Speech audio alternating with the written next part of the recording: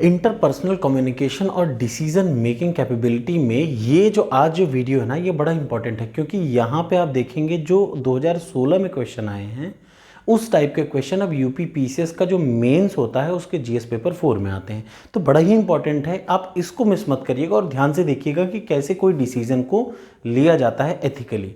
तो चलिए शुरुआत करते हैं। पहले हम लोग देख लेते हैं वही अपनी सीरीज जो हम लोगों ने शुरुआत कर रखी है। 2016 का ये है सीसैट का पेपर। मैं आपको तब तक नहीं छोड़ूंगा जब तक आप इसको रट नहीं डालेंगे, और आपको भी यही करना है कि तब तक मत छोड़िए। देखिए, किसी चीज़ से भागना कोई उसका उपाय नहीं है।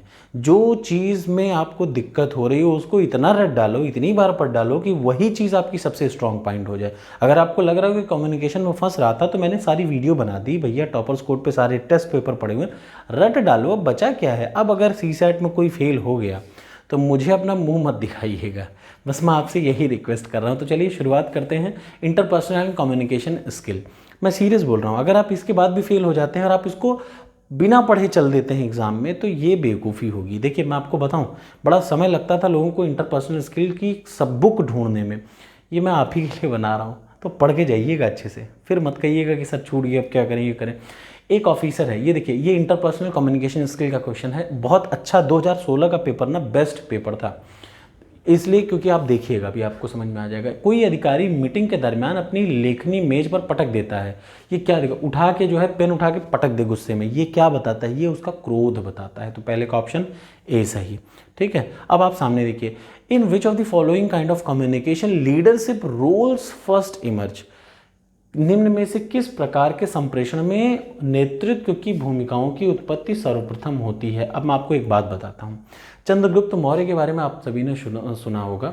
तो चंद्रगुप्त मौर्य को जब पहली बार आचार्य चाणक्य ने देखा था तो वो एक बहुत छोटे से 3-4 बच्चों का ग्रुप था। उन्हीं छोटे से 3-4 बच्चों के ग्रुप को वो लीड कर रहा था। उनमें वो राजा बना बैठा था, एक मतलब पटरा जो होता है पत्थर का शिला, उसके ऊपर बैठा था और उनमें उन लोगों की प्रॉब्लम को सुन रहा था और उनको सलटा रहा था। कौन? चंद्रगुप्त मौर्य। ये देखा था चाणक्य जी ने। तो वो ग्रुप बहुत बड़ा सा था क्या? लीडरशिप को पहली बार कहाँ पे देखा जा सकता है? लीडरशिप की क्वालिटी डेवलप होती है बेस लेवल से, छोटे ग्रुप में। तो ये बताइए यहाँ पे किस प्रकार संप्रेषण में नेतृत्व की भूमिकाओं की उत्पत्ति कहाँ पे होती है? जल्दी देख के बता दीजिए, आपको समझ में आ जाएगा। स्मॉल ग्रुप कम्युनिकेशन में, लघु समूह संप्रेषण में। समझ में आ गया ना? हमेशा इन चीज़ों को आप प्रैक्टिकल लाइफ से जोड़िए। देखिए, अब मैं हल्का सा कोशिश करता हूँ छुपा दूँ ताकि आपको ना दिखे।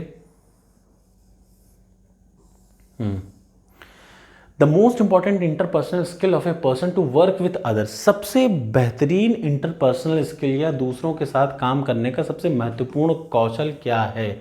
आपकी एबिलिटी, आप कितना अच्छा उन लोगों से बात कर लेते हैं, कितने अच्छे से अपना काम करा लेते हैं, ये आपकी योग्यता है। अगला क्वेश्चन आ जाइए, इसको मैं छुपा ले रहा हूँ, आप उत्तर नहीं देख पाएंगे। Usually in your talks with को वर्कर्स, अपने सहकर्मियों के साथ वार्तालाप के दरमियान में आप गंभीर रहेंगे, मुस्कुराते रहते हैं, उनके विचारों के समर्थन में मुस्कुराते हैं या सही समय पर मुस्कुराते हैं? ऑब्वियसली देख के समझ में आ रहा है सही समय पर मुस्कुराना ज़रूरी है।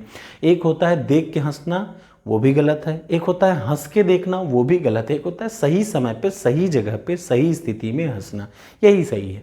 ठीक है, तो ऑप्शन क्या हो जाएगा? डी। अगला क्वेश्चन आ जाइए। अगला क्वेश्चन है ये, हाँ, the mode of communication that involves, मैं हट जा रहा हूँ, वो mode, the mode of communication that involves a single source transmitting information to a large number of receivers simultaneously, मतलब संचार का वह साधन जो सारे आदाताओं को एक स्रोत से एक साथ सूचना प्रसारित करता है। मतलब बहुत सारे लोगों को एक आदमी अगर सूचना प्रोवाइड करा रहा है तो बहुत सारे लोगों को क्या बोलते हैं? मास सूचना प्रोवाइड करा रहा है। जब लोगों में संवाद हो रहा है तो कम्युनिकेशन तो हो क्या जाएगा? मास कम्युनिकेशन, जन संप्रेषण। ठीक है, ठीक है ना? क्लियर है ना? बहुत अच्छा पेपर है ये। कक्षा में संप्रेषण को सामान्यतः क्या, जो क्लासरूम की जो टीचिंग होती है ना, उसको संज्ञानात्मक कहते हैं। क्या कहते हैं? संज्ञानात्मक या कॉग्निटिव, याद रखिएगा। अगला आ जाइए, इन सर्कुलर कम्युनिकेशन, देखिए फिर से सर्कुलर कम्युनिकेशन हर साल पेपर में कहीं ना कहीं आ जाता है। In circular communication encoder become a decoder, किसी भी सर्कुलर कम्युनिकेशन में संकेतक जो संकूटक होता है, कूटभंजन कब हो जाता है? तो याद रखिए ये पीसीएस का ऑप्शन गलत था। इसका सही क्या उत्तर था? फीडबैक के कारण, जब यदि वहां पर फीडबैक प्राप्त हो जाए। अगर फीडबैक मिल रहा हो, फीडबैक जब मिल जाता, अच्छा ये बताइए, पहले प्रेषक ने अपना सारा, प्रेषक का मान लिया मैंने आपको अपनी बात पूरी बता डाली, अब मेरी बात आपको कितनी समझ में आई वो आप वापस मुझे जब बताएंगे, तो भाई ये सर्किल हो गया ना पूरा का पूरा। तो जब फीडबैक मिलता है उसके बाद वही काम जो मैं कर रहा था आप मेरे लिए कर रहे हैं, तो वही क्या है, उसी को कह देते हैं फीडबैक। तो ये ऑप्शन गलत था, चूंकि ऑप्शन को स्टार इसलिए लगा है यूपीपीएससी ने ये क्वेश्चन को हटा दिया था। अगला इंपॉर्टेंट क्वेश्चन देखते हैं, चलिए। ये बड़ा इंटरेस्टिंग पेपर है तो पूरा देखिएगा, बड़ा मजा आएगा। टेलीफोन पे होने वाली बातचीत को, टेलीफोन द्वारा संप्रेषण कम्युनिकेशन को क्या कहते हैं? मैकेनाइज्ड, मशीन है ना टेलीफोन, हवा आदमी थोड़ा ना है, मशीन है, नॉन बायोटिक है, तो उसको क्या बोलते हैं? Mechanised communication. अगला ओरल कम्युनिकेशन, मुंह से बोलने वाले बातचीत में सबसे ज़्यादा महत्वपूर्ण क्या होता है? आप इसे कैसे कहते हैं? एक शब्द है आमिर खान ने यूज़ किया था, अच्छा, मैं बोलूँ अच्छा, अलग अर्थ निकल गया, अच्छा अलग अर्थ निकल गया, अच्छा। एक ही शब्द के 3 अलग अलग अर्थ कैसे हो जाते हैं? मैं इसे कैसे कह रहा हूँ, याद रखिएगा। तो मौखिक संप्रेषण में सबसे ज़्यादा महत्वपूर्ण यही होता है कि मैं इसे कह कैसे रहा हूँ, ठीक है। अब मैं आपको पढ़ा रहा हूँ तो अब ठीक है, एग्जाम्पल ऐसे ही आएंगे, तो मैं क्या कर सकता हूँ उस चीज़ के लिए। The foremost barrier to oral communication, मौखिक संप्रेषण में सबसे बड़ा बाधा क्या है ये बताइए? खराब सुनना। मैं जो बोल रहा हूँ, आप मुंह से बातचीत कर रहा हूँ, आप इधर उधर दिमाग लगाएं तो आप सुन ही नहीं पाएंगे, जब आप नहीं सुन पाएंगे तो वही है सबसे खराब बाधा। The effectiveness of oral communication depend on the speaker's ability to use, मौखिक संप्रेषण की प्रभावशीलता जो है वो वक्ता की योग्यता पर निर्भर करती है सरल भाषा के प्रयोग की। मैं जितनी आसान भाषा में आपको समझाऊंगा उतना हम लोग के बीच में संबंध अच्छा बनेगा, हाँ कि ना? ये तो सच है ना भाई। देखिए, अगर मैं आपको यही चीज़ बहुत ही टफ लैंग्वेज में समझाना शुरू कर दूं तो आप हो सकता है वीडियो देखना बंद कर दें। अगर मैं यही चीज़ आसान भाषा में आपको समझाऊंगा तो जाहिर सी बात हम दोनों के बीच में रिश्ता प्रगाढ़ होगा और ज़्यादा अच्छा बनेगा। तो ये क्या है? सरल भाषा का प्रयोग। अब अगला आ जाइए, अपने सहयोगियों व अधीनस्थों के बीच संवाद स्थापित करने का सर्वोत्तम विकल्प क्या है? बहुत इंपॉर्टेंट क्वेश्चन, ये सबसे ज़रूरी क्वेश्चन है, याद रखिएगा। अपने सहयोगियों और अपने से छोटे लोगों के बीच में जब भी बात करनी चाहिए तो कभी भी याद रखिए सबसे बेहतर तरीका अगर कहा जाए तो फॉर्मल होगा क्या? अच्छा, मैं आपसे बात करूं, so basically you are a youngster, mister, missus, ये सब बात करूं तो ये वो है। आप बस जाइए प्यार से कह दीजिए, आओ बाबा कैसे हो, बस दिल खुश हो जाएगा उनका। इसका मतलब याद रखिएगा, जब भी, मतलब the question is, let me repeat the question, what is the question? The effectiveness, नहीं सॉरी, दिस, ये तो हो गया है, हम लोग यहाँ पे हैं। ये अपने सहयोगियों व अधीनस्थों के बीच में जब भी बातचीत करें तो उसका सबसे बेहतरीन क्या तरीका है? उसका सबसे बेहतरीन तरीका है अनौपचारिक अंतः संचार, इंटर कम्युनिकेशन, वो भी इनफॉर्मल।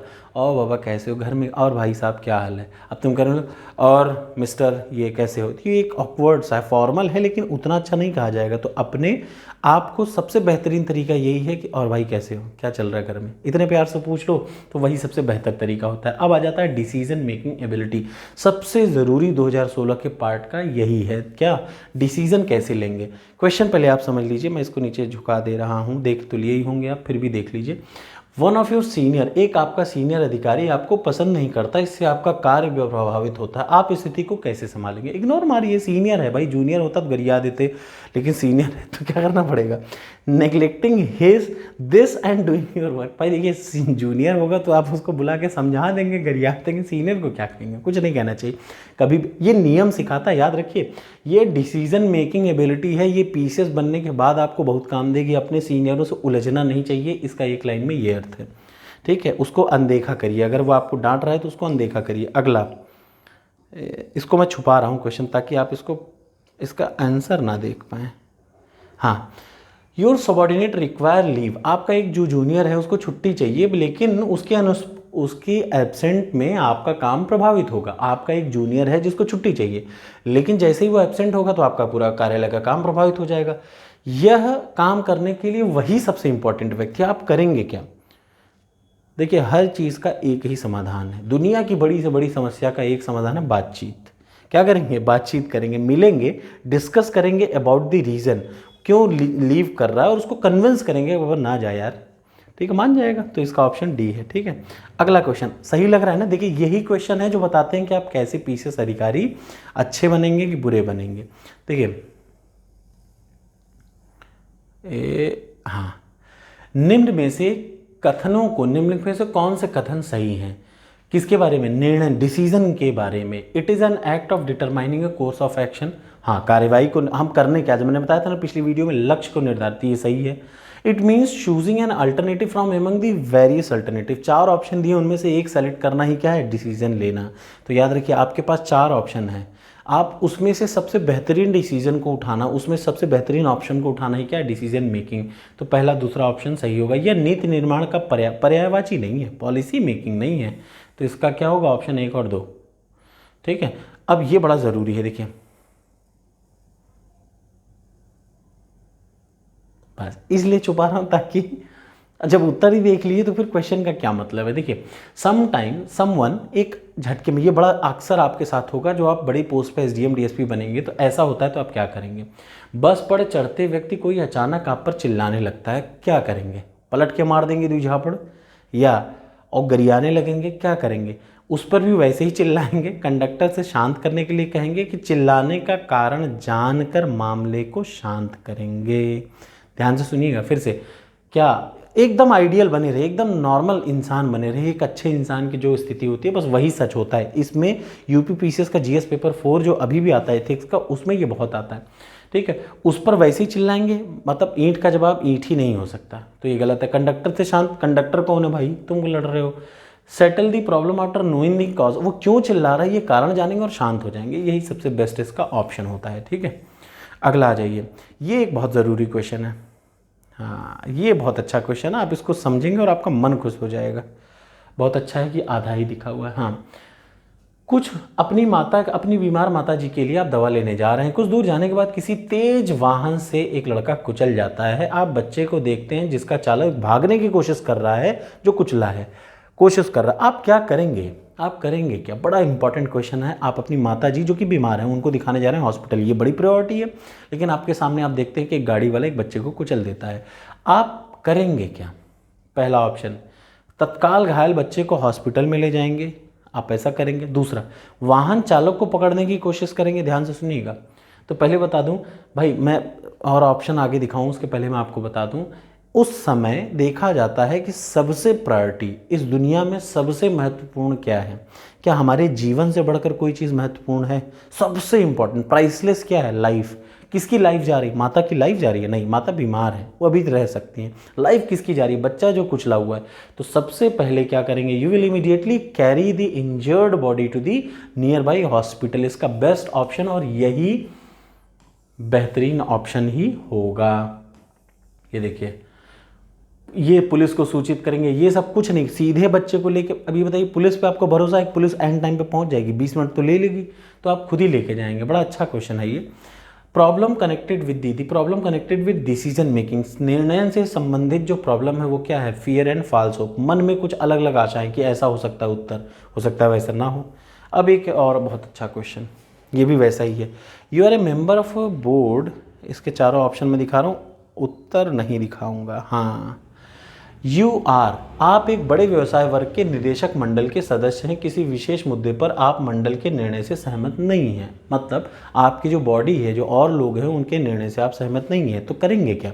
ये इस टाइप के क्वेश्चन बड़े ज़रूरी हैं भाई। हम कहते हैं कि आप व्यवसाय वर्ग के निदेशक मंडल के एक सदस्य हैं, 4-5 लोगों की टीम का एक पार्ट हैं, बाकी लोग किसी बात पे एक हैं, आपको नहीं समझ में आ रहा है, तो आप क्या करेंगे? मंडल के समक्ष अपना दृष्टिकोण उनके विचार हेतु रखेंगे, एक्सेप्ट करेंगे डिसीजन को, not accept the decision and ask for the detailed explanation, और एक्सप्रेस योर ऑब्जेक्टिव क्लियरली। साफ साफ समझ में आ रहा है इसका ये ऑप्शन। अपनी बात को रखेंगे बोर्ड के सामने, ठीक है, ऐसा नहीं कि बोर्ड वर्क सामने बातें ना रखें और चल दें, ठीक है।